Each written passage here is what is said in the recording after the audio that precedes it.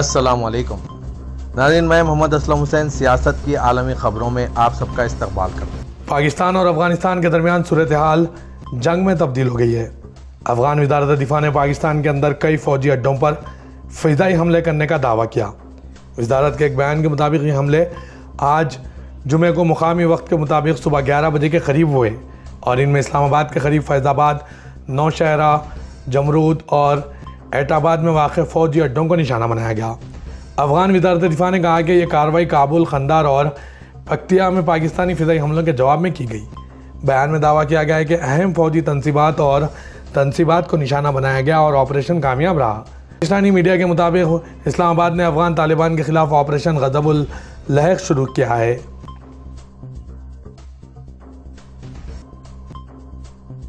پاکستان اور افغانستان کے درمیان جاری کشیدگی مزید خطرناک موڑ پر پہنچ گئی۔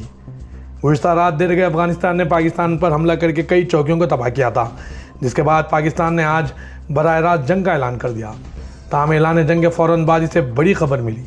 افغانستان کے طلوع نیوز کی ایک رپورٹ میں دعویٰ کیا ہے کہ افغان سیکیورٹی فورسز نے افغان فضائی حدود میں داخل ہونے والے پاکستانی طیارے کو مار گرایا۔ سوشل میڈیا پر ایک ویڈیو شیئر کی جا رہی ہے۔ یہ دعویٰ ایک ایسے وقت میں سامنے آیا جب دونوں ممالک کے درمیان جاری سرحدی جھڑپوں، فضائی حملوں اور گرما گرم بیان بازی کا سلسلہ جاری ہے۔ تاہم پاکستان نے ابھی تک سرکاری طور پر طیارے کو مار گرانے کے دعوے کی تصدیق نہیں کی۔ افغانستان نے یہ بھی نہیں بتایا کہ طیارہ کس علاقے میں مار گرایا گیا یا اسلحے کا استعمال کیا گیا۔ پاکستان بنیادی طور پر امریکی ساختہ F-16 اور چینی ساختہ JF-17 استعمال کرتا ہے۔ تناؤ پہلے اس وقت بڑھ گیا تھا جب پاکستان کے وزیر دفاع خواجہ آصف نے طالبان حکومت پر ہندوستان کے لیے پراکسی ہونے کا الزام لگایا تھا اور کہا تھا کہ دونوں ممالک اب کھلی جنگ کی حالت میں ہیں۔ افغانستان اور پاکستان کے درمیان بڑھتی ہوئی کشیدگی کے درمیان بلوچ رہنما ہربیار مری نے افغانستان کی حمایت میں ایک تفصیلی اور تہلکہ خیز بیان جاری کیا۔ اپنے بیان میں انہوں نے الزام لگایا کہ پاکستان نے افغان شہریوں کے خلاف بلا اشتعال فضائی حملے اور ڈرون حملے کیے ہیں، جو بین الاقوامی قوانین کی کھلی خلاف ورزی ہے۔ انہوں نے کہا کہ عالمی برادری کی خاموشی نے پاکستان کو افغانستان اور بلوچستان دونوں میں اپنی کارروائیاں جاری رکھنے کی اجازت دے دی ہے۔ رہنما نے نام نہاد ڈیورنٹ لائن کا حوالہ دیتے ہوئے کہا کہ اگر اس سرحدی تنازع پر عالمی مداخلت پہلے ہو جاتی تو آج خطے کی صورتحال مختلف ہوتی۔ انہوں نے دعویٰ کیا کہ افغان مورخین کے مطابق امیر عبد الرحمان خان نے نہ تو اس معاہدے کو قبول کیا اور نہ ہی اس پر دستخط کیے۔ مزید اس کی قانونی حیثیت کو افغان روایتی اسمبلی لویا جگرا نے وقتاً فوقتاً مسترد کیا۔ اپنے بیان میں مری نے بلوچستان میں جبری قبضے اور انسانی حقوق کی خلاف ورزیوں کے الزامات کا اعادہ کیا۔ پاکستان فوج نے پکتیا کے علاقوں میں افغان طالبان کی 5 پوسٹ پر قبضہ کر لیا اور پاکستان کا پرچم لہرا دیا۔ پوسٹوں میں 2 شوال کے مقابل، 2 انگوڈاڈا کے مقابل اور زرلامان کے مقابل ہے۔ پاک میڈیا کے دعوے کے مطابق پاک فوج کی جانب سے افغان طالبان کی بلا اشتعال جارحیت کا بھرپور اور مؤثر انداز میں منہ توڑ جواب جاری ہے۔ سیکورٹی ذرائع نے بتایا کہ پکتیا کے علاقے میں 5 افغان پوسٹوں پر قبضہ کر کے پاکستان کا پرچم لہرا دیا گیا۔ قبضہ کی گئی پوسٹ میں 2 شوال کے مقابل، 2 انگوڈاڈے کے مقابل اور زمرلان کے مقابل ہے۔ سیکورٹی ذرائع کے مطابق کارروائی کے دوران پاک فوج نے انگوڈاڈا کا افغانی ٹرمینل بھی تباہ کر دیا۔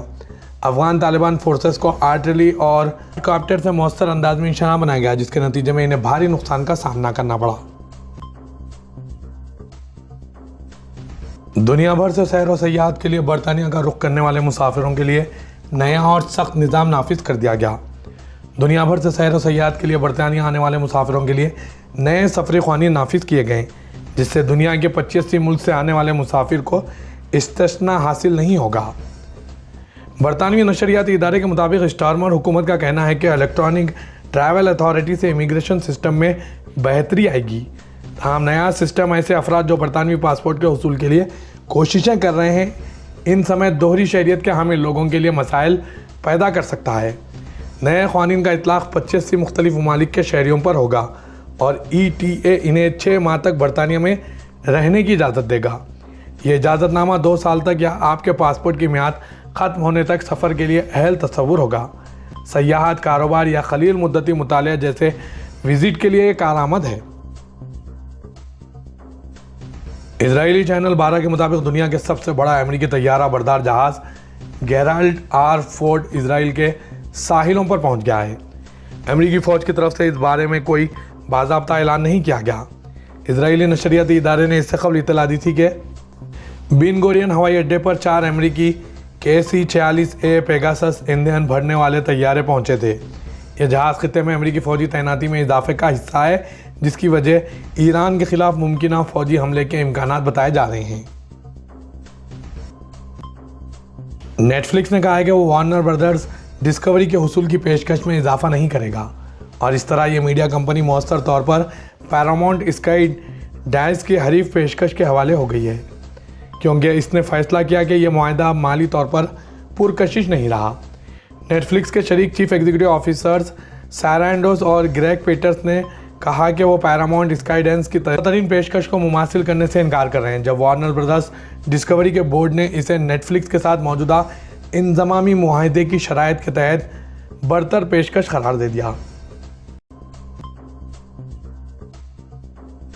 ईरानी वज़ीर ख़ारजा अब्बास इराक़ची ने पाकिस्तान और अफ़गानिस्तान से कहा है कि वो अपनी तेज़ी से बढ़ते अस्करी तसादुम को बातचीत के ज़रिए हल करें और तेहरान ने दोनों पड़ोसियों के दरमियान मुज़ाकरात की सहूलत के लिए मदद की पेशकश की। इराक़ची ने आज जुमे को एक्स पर पोस्ट किया कि रमज़ान के बाबरकत महीने में जो खुद पर काबू पाने और आलम इस्लाम में यकजहती के फ़रोग़ का महीना है, मुनासिब है कि अफ़गानिस्तान और पाकिस्तान अपने मौजूदा इख्तिलाफ़ात को अपने हमसायगी के दायरे में और गुफ्त व शनीद के रास्ते से संभालें और हल करें।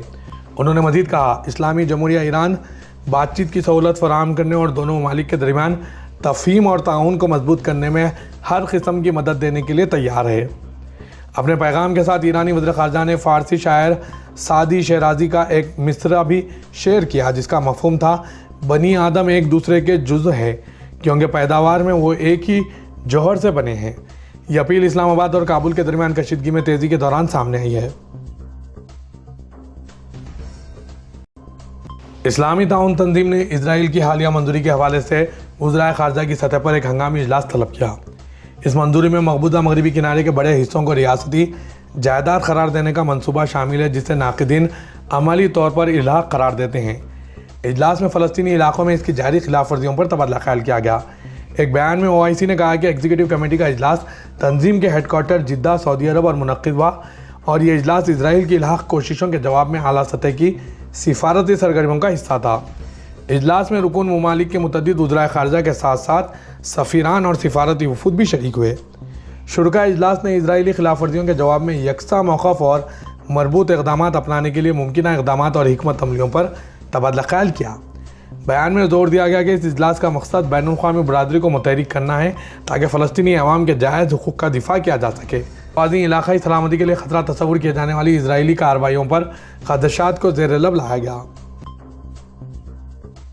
ईरान और अमेरिका के दरमियान स्विट्ज़रलैंड में हुई मुज़ाकरात में एक अहम पेशरफ्त हुई।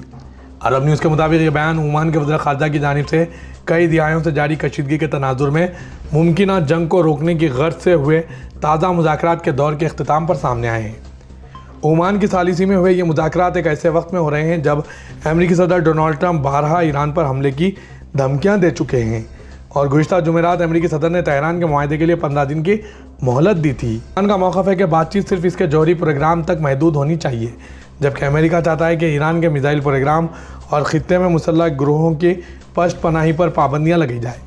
ओमान के वज़ीर ख़ारजा बदर अबू साइदी ने सोशल मीडिया प्लेटफॉर्म एक्स पर लिखा कि हमने आज के दिन का अख्तिताम अमेरिका और ईरान के दरमियान मुज़ाकरात में नुमायाँ पेशरफ्त पर किया है।